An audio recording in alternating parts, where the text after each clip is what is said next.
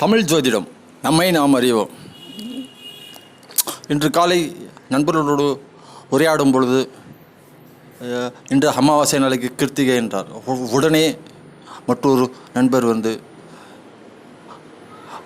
இந்த மாதிரி அடிக்கடிக்கு வருடத்தில் வரும்னு சொன்னாங்க. அப்படிலாம் கிடையாது. வருடத்தில் 2 முறை மட்டுமே வரும்.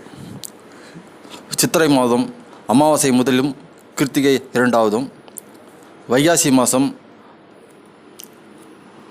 அமாவாசை 2ஆவதும் கிருத்திகை முதல்லையும் வரும். ஏன்னா கிருத்திகை நட்சத்திரம் என்பது மேச ராசியிலும் ரிஷப ராசியிலும் இருக்கும். சூரியன் மேஷ ராசியில் பரணி நட்சத்திரத்தில் போகும்போது, சந்திரன் அதே பரணி நட்சத்திரத்தில் போகும்போது அமாவாசையும் பக்கத்திலேயே கிருத்திகை நட்சத்திரம் இருக்கிறதோடு ஃபஸ்ட்டு அமாவாசை, 2ஆவது கிருத்திகை வரும்.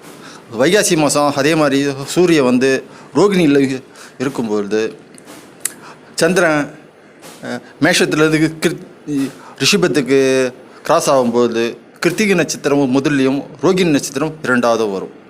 அதனால் இந்த வருடத்தில் 2 மாதங்கள் மட்டுமே இந்த மாதிரி பக்கத்தில் வரும்.